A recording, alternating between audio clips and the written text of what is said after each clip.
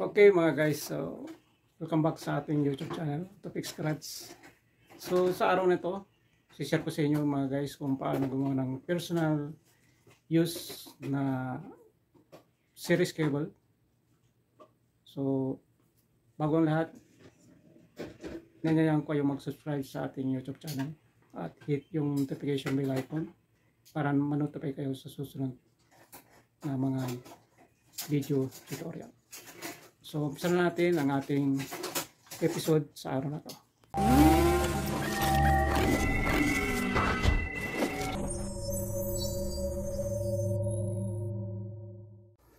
So, may mga materials tayo rito naka-prepare. So, meron tayong cable wire dito na pang welding. 50 mm yung diameter. Okay. So, ang length nito ay nasa 6 meters. So, hati natin sa dalawa, 3 meters by 3 meters.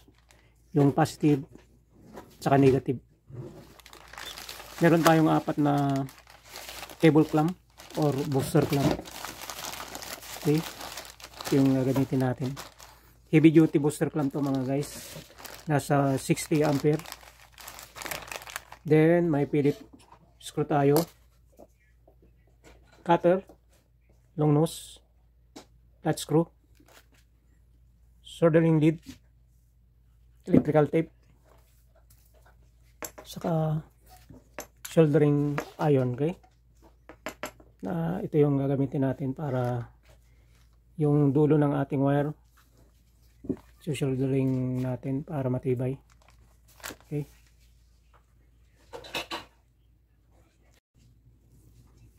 So, yung wire natin mga guys, stranded wire yung dapat natin. Ito yung dulo. Papantay natin dulo, then kakat natin sa gitna. Okay. 3 meters.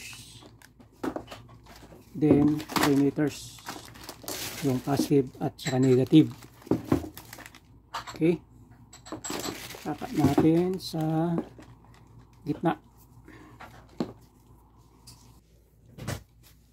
So, ito yung gitna ng ating wire. Dinabay natin sa 2. 3x3.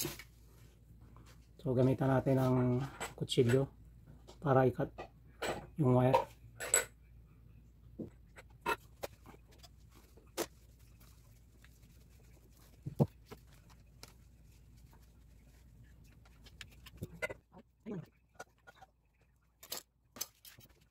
So, use na natin yung cutter. Sinakat na natin yung rubber ng ating wire. Okay. Okay. Ito natin itong ating mga clamp.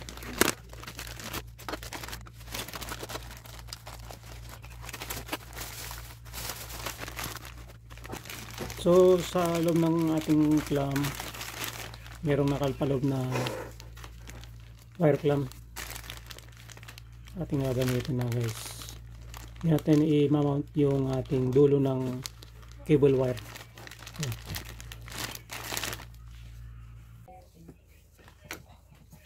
So bawat clamp, so remove natin yung rubber. So ito yung ating cable clamp na naka-mount dito sa ating booster clamp. Okay.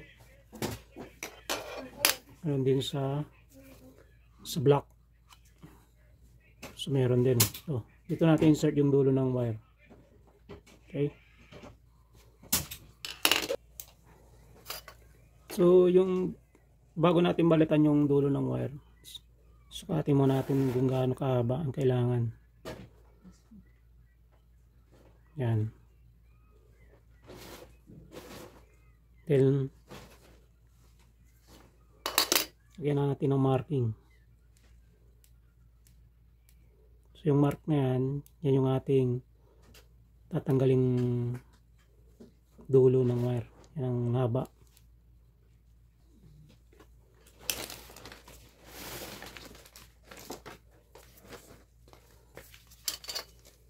Ganon din sa kabilang side.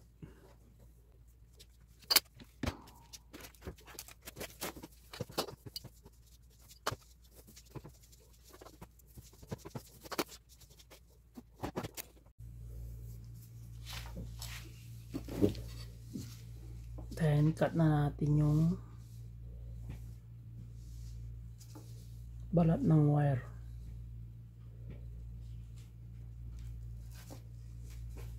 Gamit yung ating kutsilyo.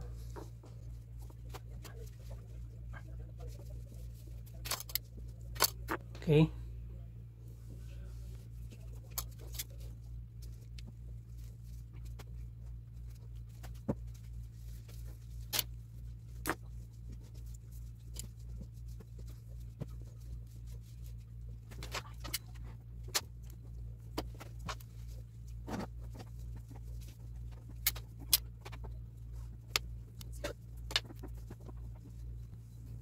Okay.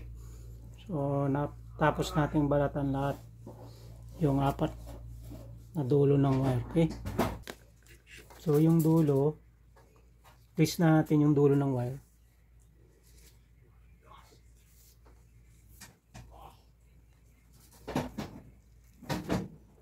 Para sama-sama. Then, lalagyan natin ng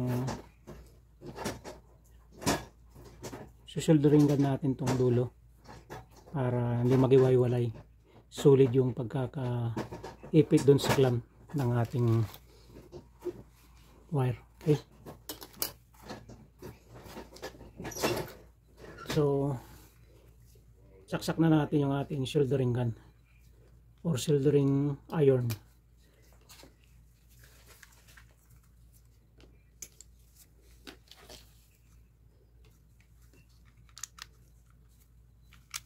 Hinintay natin uminit.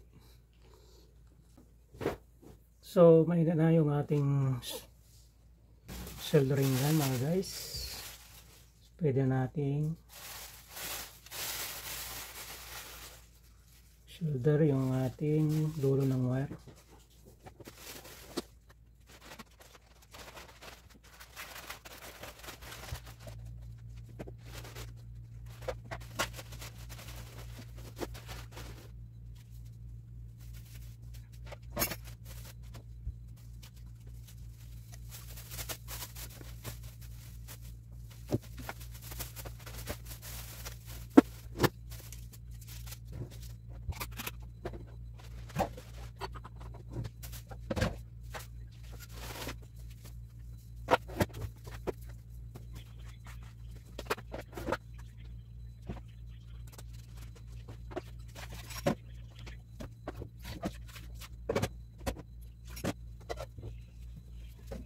So yan mga guys, so soldering na natin yung dulo ng wire. So yung remaining na 3, ganun din ang gagawin natin para matibay. Okay? Iron natin yung wire clamp. The spark plugs operate at temperatures between 350 and 850 degrees Celsius inclusive. It is essential to fit the spark plugs recommended by the manufacturer. In fact, the thermal range of a spark plug determines its heat extraction capacity. If the spark plug does not extract enough heat, it will stay hot and may cause pre-ignition. If the spark plug extracts too much heat, it will not be at the correct temperature and will be choked. Besides visual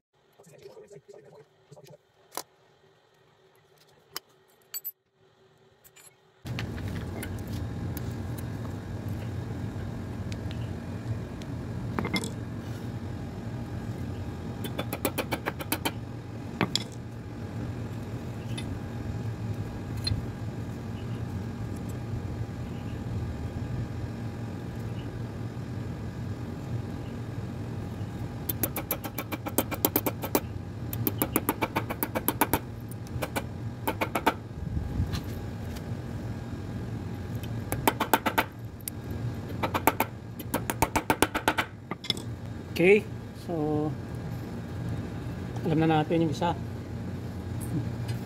Tapos itong isang dulo ulit.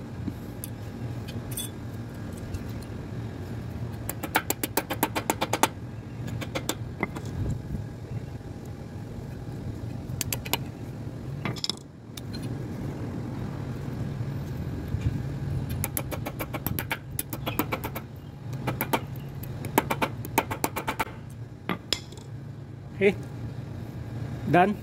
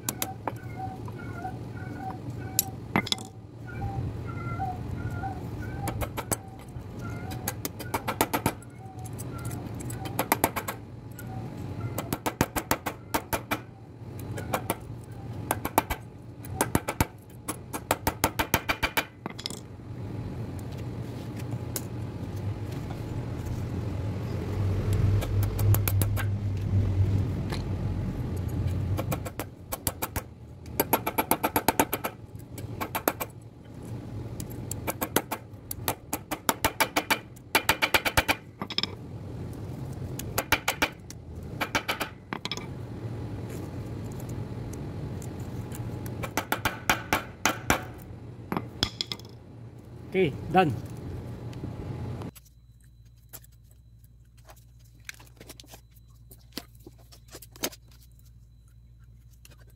Then, balutan natin ng electrical tape yung dulo, guys.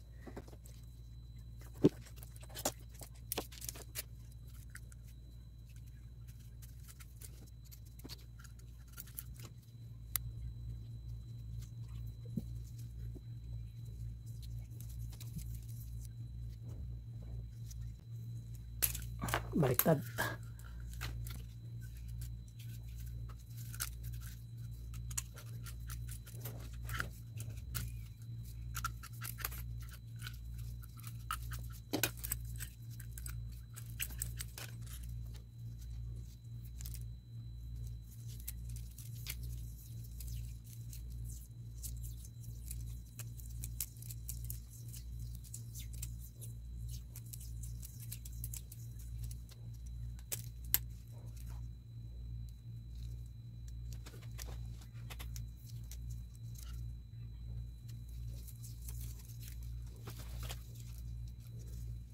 So, kailangan natin balutan ng electrical tape yung dulo, guys, para may protection siya.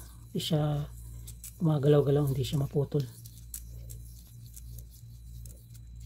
Okay.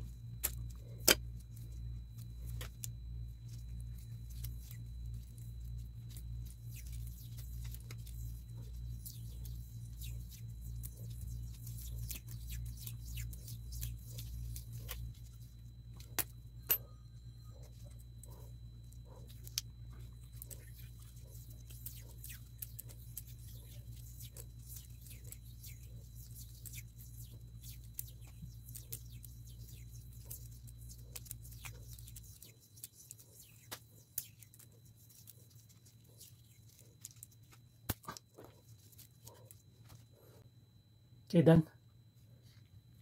So,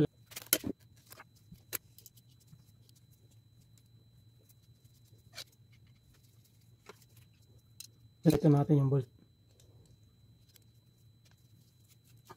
Secure natin na hindi siya lumot.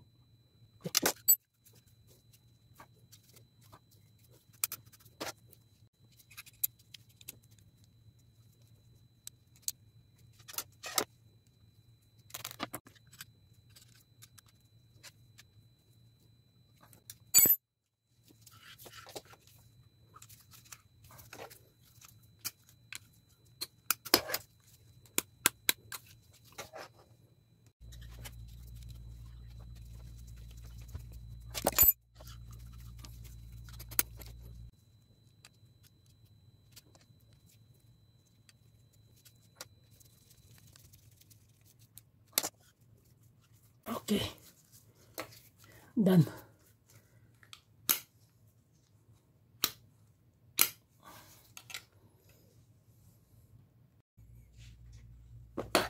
Okay mga guys, so ito yung ating finished product na series cable or jumper cable. So thank you for watching and sana may natutunan kayo sa ating video episode sa araw na to. God bless and ingat kayo lagi.